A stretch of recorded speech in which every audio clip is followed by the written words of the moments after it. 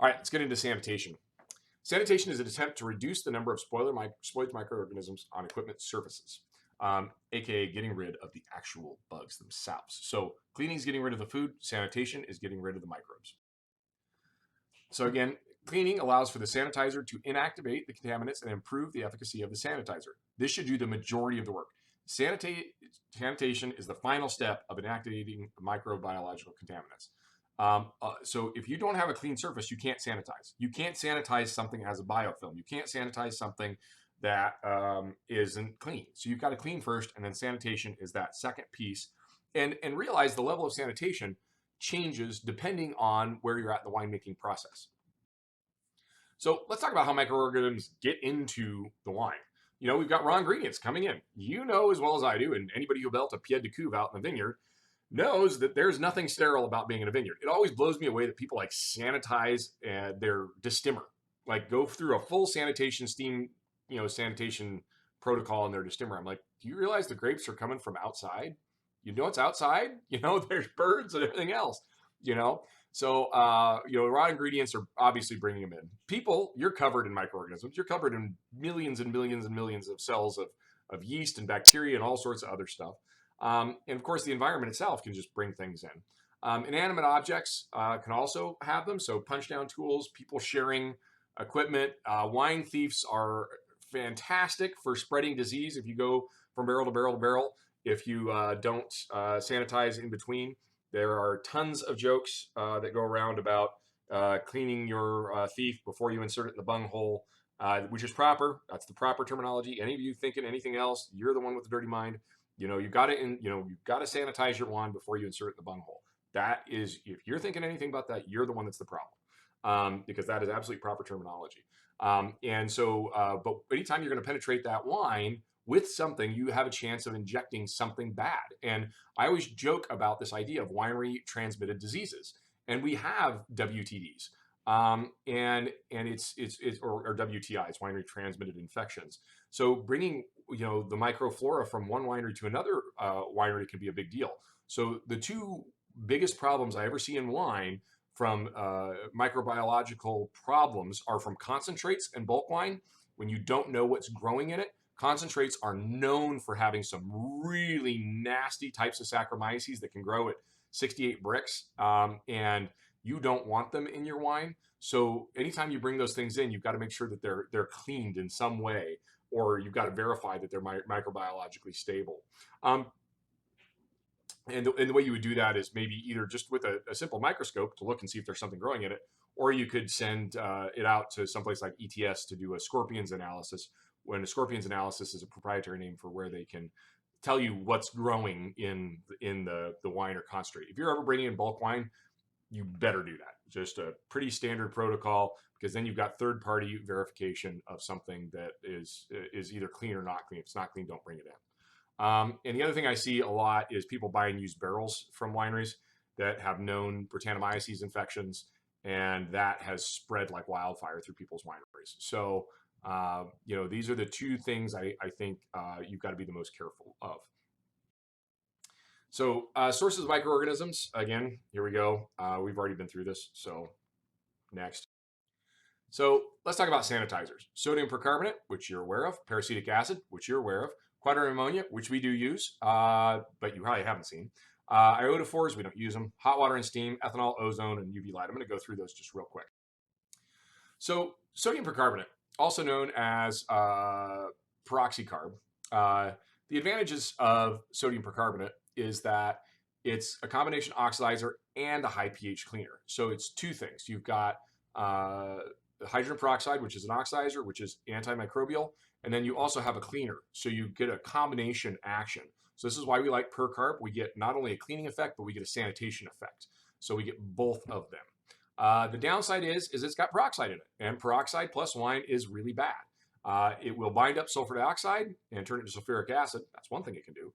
But the other thing it can do, which is just as bad, is that if it interacts with your wine, hydrogen peroxide will start to oxidize your phenolics, which is all your tannins and things like that. And it can cause all sorts of terrible things to happen to wine. So we don't want peroxide involved at all with our wine.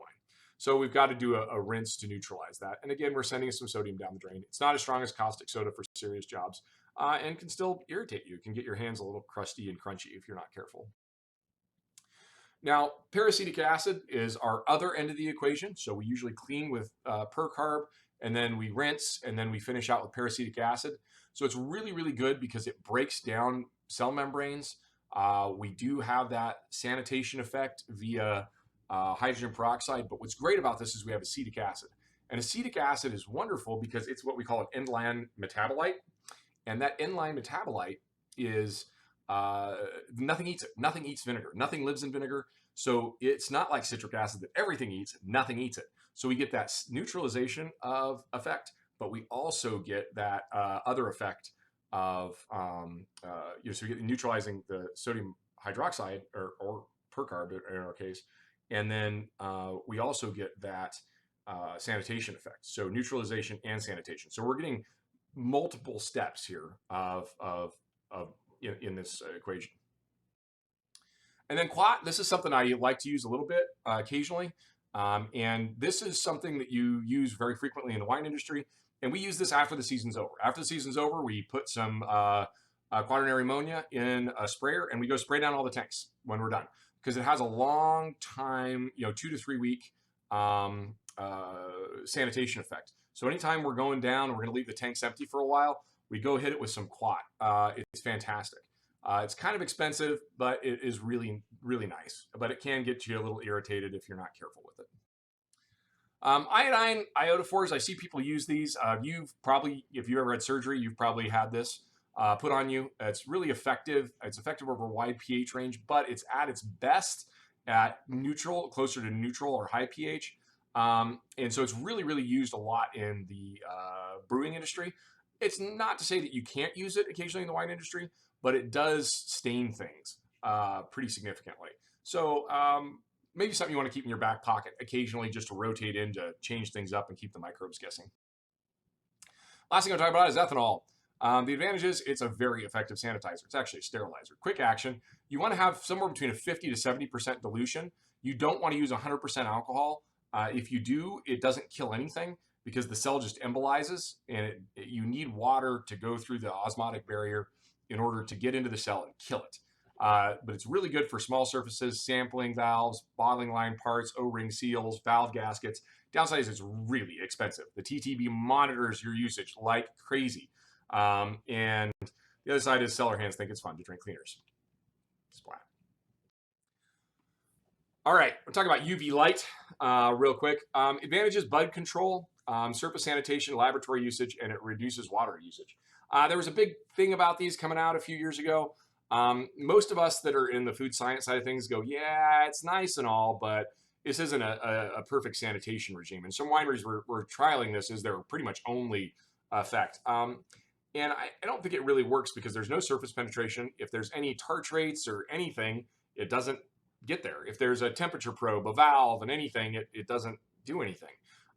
So what we do find some usefulness for is a lot of wineries that are a little bigger and they just kind of want to keep the background radiation down. They put these in their wineries, and then at night when there's no one in the building, they come on automatically at like 2 or 3 in the morning for an hour, and they kind of just burn down the background microflora. Interesting, but I don't think it's probably a solution to what we're already using in the wine industry.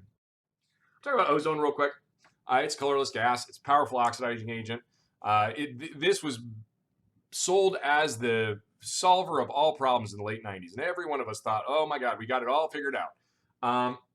The downside is it doesn't really didn't deliver what it said it was going to deliver. It said 1 to 5, because it requires 1 to 5 parts per million to actually kill wine microbes.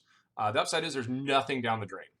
The downside is it's a toxic gas. It sucks to breathe, irritant to humans by a lot, and the odor threshold for people is around 0.02 to 0.1 milligrams liter, and the toxic threshold for humans to breathe is at 0.2 milligrams liter. But you need 1 to 5 to kill the wine microbes. You breathe 0.2, 1 to 5 to kill microbes. So if you're going to get it strong enough to kill the microbes, you're going to kill the people. So although ozone isn't a bad idea, it's just not, don't rely on it as the end all to be all. Still have a good cleaning and sanitation protocol in place. If you want to do ozone as its own type of thing, that's fine as an extra added, step at the end, but it's not exactly the most ideal thing for sanitation. It's a good little extra to make you feel good, but probably not going to be your end all to be all for your sanitation regime. And the reality is when we start talking to sanitation, hot water and steam is the best. You got to clean something, but man, get it hot and it works. We've known about pasteurization for a long time. Louis Pasteur was the first person to kind of, bring it out in the 1800s, and we've been using it very effectively for 150 years. And it is the end all to be all. I mean, heat kills. I mean, it works. I mean, we've used it on canning for hundreds of years. It's a fantastic tool. Microbes, people don't like it over 180 degrees. Steam is fantastic. Wet steam and dry steam can get up 275 degrees, and that is more than enough to kill anything. The question is, how good? Well, it's really good. If you're ever going to do it and you're going to sanitize a bottling line, this is a really old school chart that I think pretty much everybody uses. But if you want to make sure you've got a totally sanitized bottling line, this is it. So what you do is you hook up to your bottling line, and this is for pretty much sterilization, darn near sterilization. And you measure at the end of whatever you're sanitizing. So if you're going to measure a bottling line, go find the biggest, heaviest valve at the end, and as soon as you hit that temperature, that's when you start the timer.